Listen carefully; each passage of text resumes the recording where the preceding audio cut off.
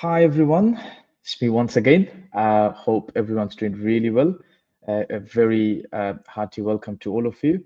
It's me, Sazadur Rahman from HNZ, presenting you one more useful and informative session to all of you guys. As part of the webinar series, obviously, we covered how to choose the right university and the application process in the last couple of weeks. And I wanted to discuss about the student visa process and some tips with you all today.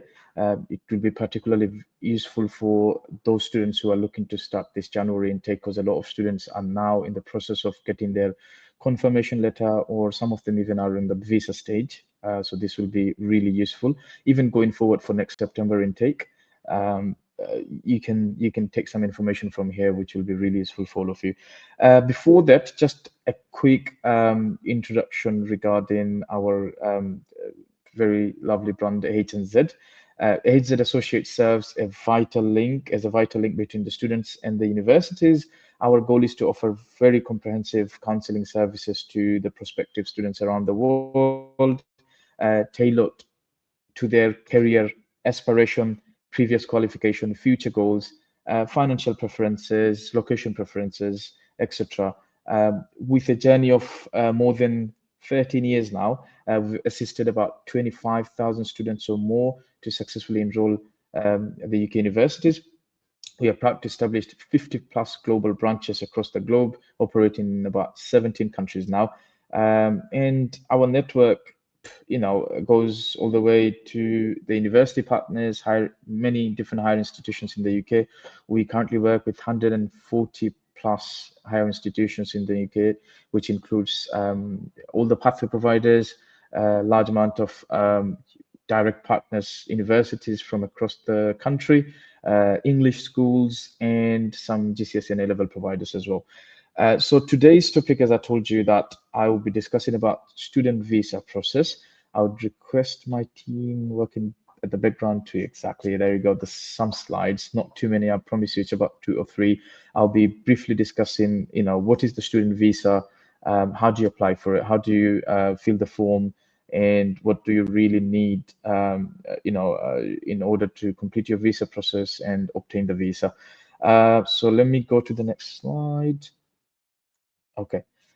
First of all, the requirement, I hope all of you can see the screen and it's not too small for you to read it through, but I will be going through all of these points anyway. So what's the requirement for a student visa? Obviously, a student visa is required, first of all, to study in the UK for every international students. It used to be mainly for international students except European Union, but since, after Brexit, all the European Union students are also now considered as an international student. So students from across the globe require a student visa to come and study in the UK, and your sponsor would be your university that you are going to study at. And there are certain requirements to fulfill before you apply for your visa. The first one is confirmation of acceptance for studies, which is called CAS globally. A lot of students is familiar with this term. So what is CAS? So obviously, once you start applying to the universities, made your final choice, submit application, meet all the conditions, you get an unconditional offer from an university. You may have few unconditional offer from few different universities. Then obviously, you've made your final choice, paid the fees, and that's when all the admission process is completed, and the university issue you a confirmation of acceptance for studies, like the CAS, and that CAS holds some of your key information, such as your personal information, what are the documents you submitted to, complete your admission, and a unique reference number, which is the most important thing needed to apply for the visa, because the CAS is actually associated with the United Kingdom Visa and Immigration. So university submits all your personal information to the United Kingdom Visa and Immigration team, and this is when they use a portal. That's where the CAS number is generated, and you use that CAS number to apply for the visa. And then as soon as you submit the visa, actually you can VI search with your CAS number and get all the information that you submitted to the university. So that is the first requirement. Without having a CAS, you cannot apply for the visa. Secondly, financial proof. which might a lot of you might know already. That's maintenance funds you need to show to prove that you are coming with sufficient money to live in the UK for the first 9 months. Regardless of your course duration, if your course is more than 9 months longer, so people are coming to study foundation, usually foundation courses are 9 months or more. Some students coming to study, a lot of students coming to study undergraduate, which is obviously 3 years or 4 years. Postgraduate courses are starts from 1 year up to two years as well. So regardless of your duration, you need to show maintenance funds for first 9 months. What is the maintenance funds? Basically, to show, to prove, that I do have enough funds to cover my living cost and expense for the first 9 months. And that's a vital and key requirement for the visa as well. And how does it work? Obviously, you put that money into your bank account or your parents' bank account, and that money has to be held for minimum of 28 days. After that, you can take a statement and submit that for visa application to show that you have enough money in the bank. You need to do your calculation. Obviously, I'm going to tell you how much a student needs to show in the bank. And also, along with the financial requirement, the bank statement, some students, they need TB test. It depends on which country you're from. Most of the Middle Eastern countries do not require a TB test. TB test is a tuberculosis test certificate. You go to a medical center where they will, do a testing of your chest to see if you have any TB or not. This is a vital requirement for all the visa applicants to the UK. So speaking more about financial requirement, which is the bank statement. So if you are coming to study at a university in London, you need to show from 2nd of January, you need to show £1,483 per month. That's the set standard by the government, that you need to have £1,483 per month to cover all of your living cost, food, expenses, travel, buying books or paying for TV licensing, paying entertainment, anything except your tuition fees. That's the amount you need to have, and you need to have that for 9 months. Obviously, if you calculate 9 months, 1,483 times it by 9 is about 13,347. I've written it somewhere, so that's why I've been looking at that, not to give you misleading information. So that's the amount you need to have in your bank account if your university is in London. If the university is outside London, anywhere, you need to have £1,136, 1136 for in your bank account, and that has to be times by 9. So altogether, 10,224. Played back to hear it again, or Google. Just sometime it's very easy to find this information. If you just Google financial requirement for student visa in the UK, you will see on the first page. Just go to the link of gov.uk link. You will find those two figures on there, published on there as well. It's really easy to find. And also, people ask a lot about how does this bank statement, what's the requirement for bank statement? Honestly, any banks that maintain digital banking is fine to keep that money. That bank can be anywhere in the world. It can be in your country, it can be in a different city, it can be in a different country. It doesn't really matter. As long as the bank is either under your name or your parents' name, it is absolutely fine. If you're using your parents' bank account, you would also need to show your birth certificate just to prove the relationship between you and your parents, and a consent letter from your parents saying that, okay, I have that money and I'm giving it to my son or daughter for their study. That's all. And we at HNZ help you with all the processes. We have the template for the consent letter, and we also explain how, if there is any, we assess the bank statement before submitting for visa as well. So there's no way you are making an error if you've taken our service. Other requirement, English language proficiency. That's also a key requirement. Obviously, this is a part of your university admission, because all the universities require you to submit a proficiency certificate if you are coming from a non-English speaking country, which is most of the case. If a student coming from, for example, USA, Australia, or Canada, they do not need to show a proficiency, English proficiency, because they're coming from an English speaking country already. But any other country, they need to show proficiency, whether it is with IELTS test or any other test like PTE, language cert, Oxford International. And some country, For example, in India or in African like Nigeria, because they speak English, and they can get exemption with their high school certificate. But countries like Algeria, Morocco, Kuwait, Qatar, Egypt, all of these countries, you must sit for an exam. It can be IELTS or any other test, like I mentioned, and get the minimum requirement, to come and study in the UK. So you have to submit that certificate as well with your visa. That's a key requirement. And obviously, valid passport. You need to have the international passport, because I believe that's the first requirement. I should have put it first. But make sure that passport is at least valid for minimum of 6 months. Sometime we receive students that passport is expiring in next 3 months time. But to be honest, this is always flagged up during the time of admission. University will not issue an unconditional offer without you having minimum 6 months of validity, and it has to be from the time of course start date or time of visa application. So these are the requirements in a nutshell. Obviously, if you have more questions, feel free to put it in the chat box or comment box, or stick around after this webinar session, and I'll be there on a Zoom call to discuss more with you or answer any of your queries regarding visa applications. Next slide. Some tips and how does the application process work. So obviously, you start with the online application form.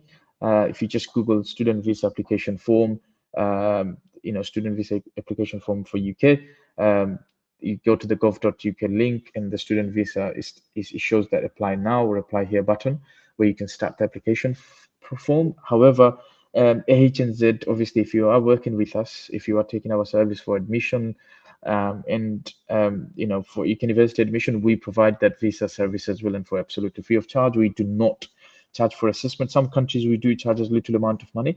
However, most of the countries we provide free services, and student visa service comes with it. So we will submit your application on your behalf, either having you on a video call, or you come to our office and we do that application together, because our experts, they've been submitting visa applications for years, and it literally takes no time for us to submit an application. It's quite straightforward. Some students find it slightly difficult, or some questions can be a little bit confusing, and this is where we step in and help you, honestly, to make your life much easier.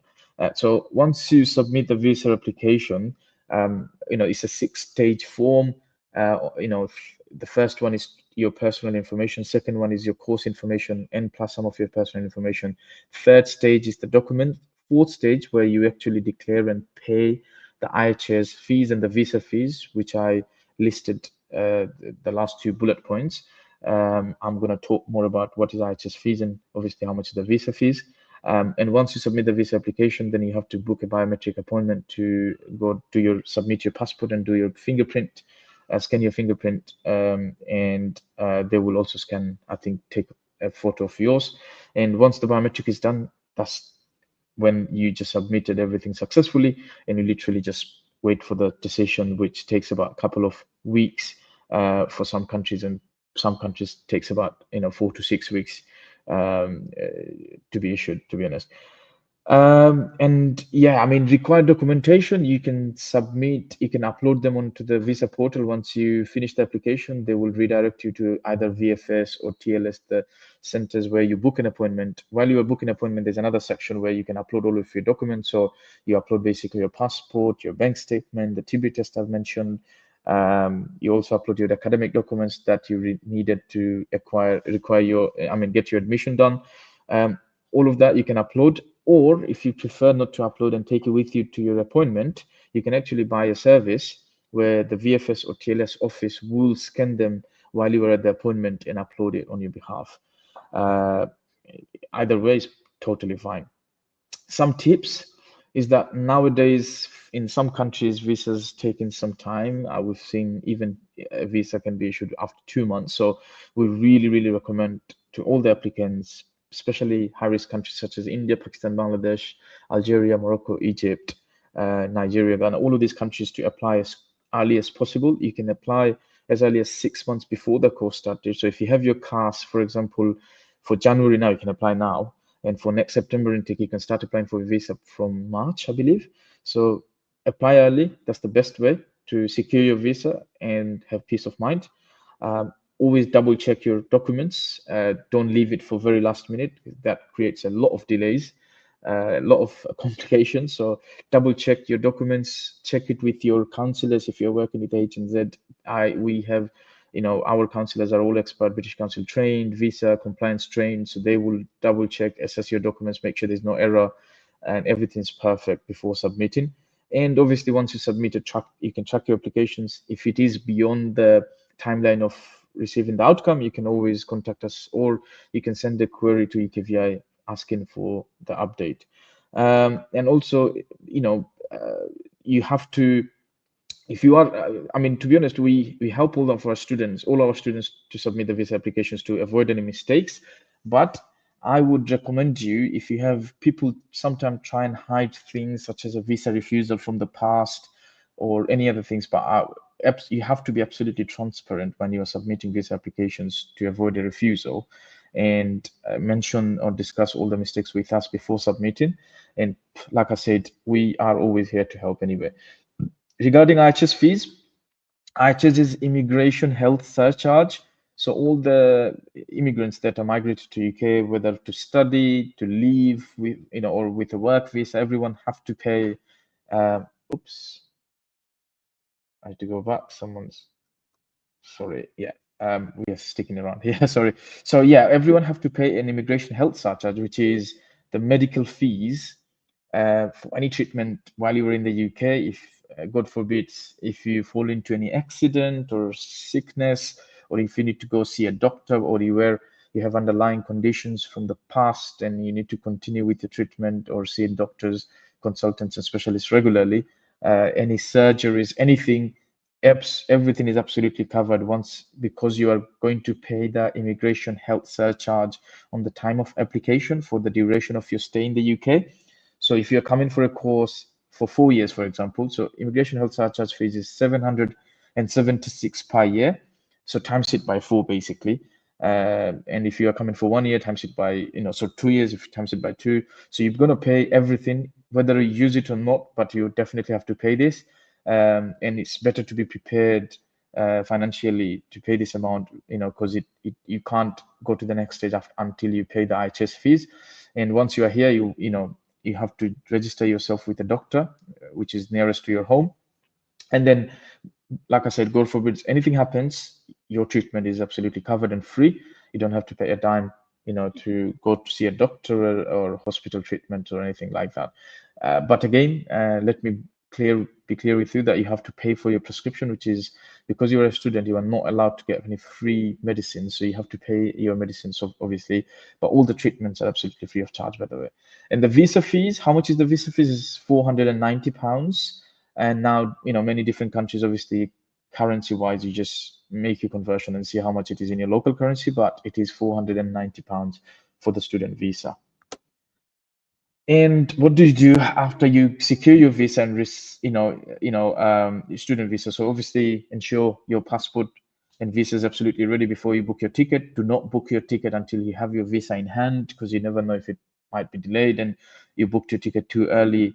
And that happened with many students as well. Do not do that. I know sometimes booking a ticket earlier is, saves you a lot of money, because last minute tickets can be expensive. But to avoid any disappointment, I would strongly recommend that do not book your ticket until you have your visa ready.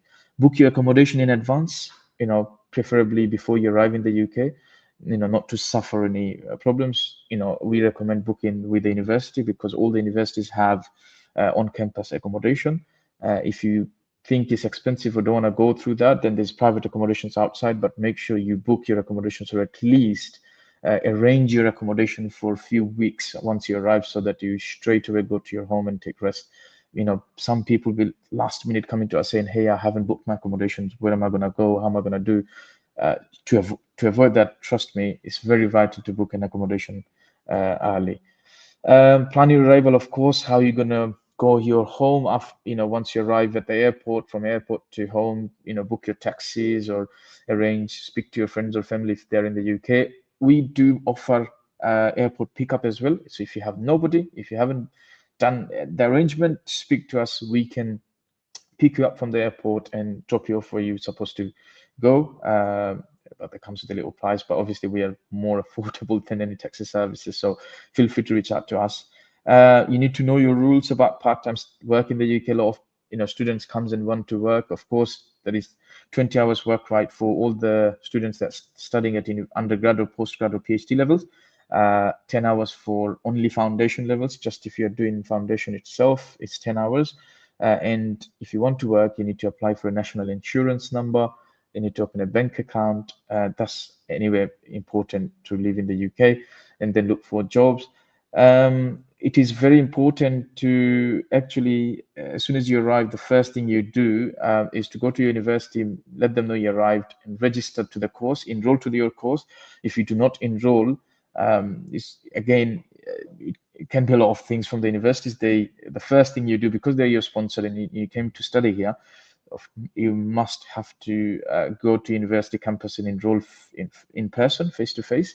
So that's very important before anything. And before it used to be biometric residence card, but it's by this December there will not be any residence permit card, so you don't have to worry about that. But make sure as soon as you arrive, go to university, let them know you came in, register you to your course, start attending classes straight away. And all the universities do induction week for the newcomers. So it's also quite important to attend that, to understand the entire campus, where is what they will go through. And they will do a campus tour. They will show you where the library is, how to use this, how to use that facilities and things like that. This, most of the time they take you to the town as well, where the university is located, to show you around and all the useful tips for a week. So very, very important. And I always tell our students to visit our headquarters in London, where I'm based in, and we have a massive team to support the students who are coming from overseas with national insurance application, bank account opening, how to find accommodations, how to find jobs, all of these, and absolutely free of charge, because we are here to support our students that come in to study in the UK, because many students faces a lot of difficulties and they have a lot of questions once they arrive. So we want to step in and help. So please make sure that you take our support, come and see us, or just, pick up your phone and just give us a ring to speak to us. This is our contact details. If you just scan the code, you should be able to see all of our branches across the globe, and their email addresses and phone number. This is a common email. If you drop your query, you will be able to reach the head office. And if you scan that code and go to London office, then you will see our phone number there as well. Thank you. That is all. Let me remove it from the stage. Thank you very much once again. I didn't really want to take much of your time. These live sessions are really important. I know not probably many of you guys are probably watching this now, but this will remain on our social media feed. So whenever you're visiting, or if you want to hear this back again, feel free to do so. And we will see you probably next week. Thank you again for your time. Bye for now and best of luck.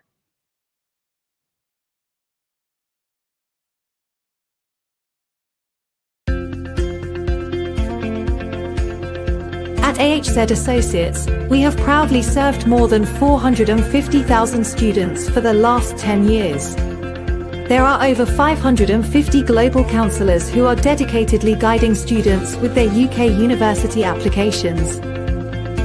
We have achieved more than 30 top recruitment awards and 98% student satisfaction, which is an inspiration for us to uphold our reputation. Let's explore your higher education journey. We're available 24/7 at your service on every social media platform. Schedule an appointment, and we will arrange a session with one of our UK graduate expert counselors.